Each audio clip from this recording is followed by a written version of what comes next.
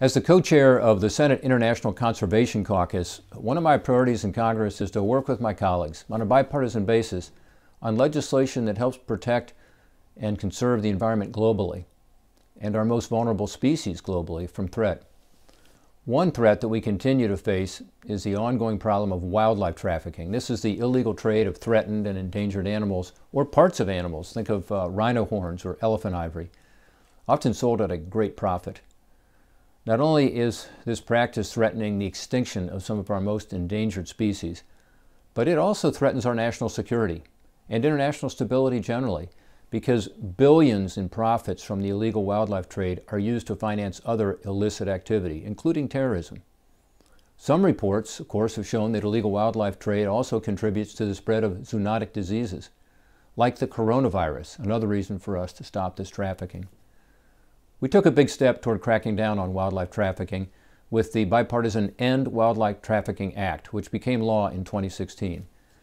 This legislation, which I proudly co-sponsored, created a task force to ensure interagency coordination in combating wildlife trafficking and requires the United States to develop strategic plans with other countries and other partners to address wildlife trafficking where it's most prevalent. Through coordination between our wildlife and law enforcement agencies, this law has helped lead to the arrest of lots of wildlife traffickers. By the way, with large amounts of rhino horn and elephant ivory coming from so many rhinos and elephants that have been killed. Parts of this law are set to expire next year, which is why I'm now introducing bipartisan legislation with Senator Chris Coons to reauthorize and strengthen and expand this important wildlife trafficking prevention law. Our new law aims to continue the work of the task force to combat trafficking in countries where it's most prevalent, while also recognizing wildlife trafficking that increasingly occurs using online platforms. And we also recognize the importance of using technology to combat illegal wildlife trade.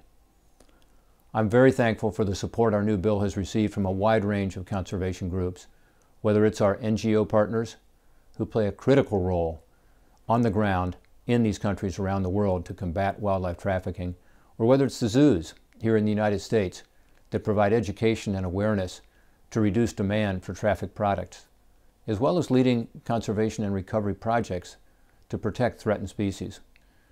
There's a lot of great work underway to combat wildlife trafficking, and we know there's a lot more to do.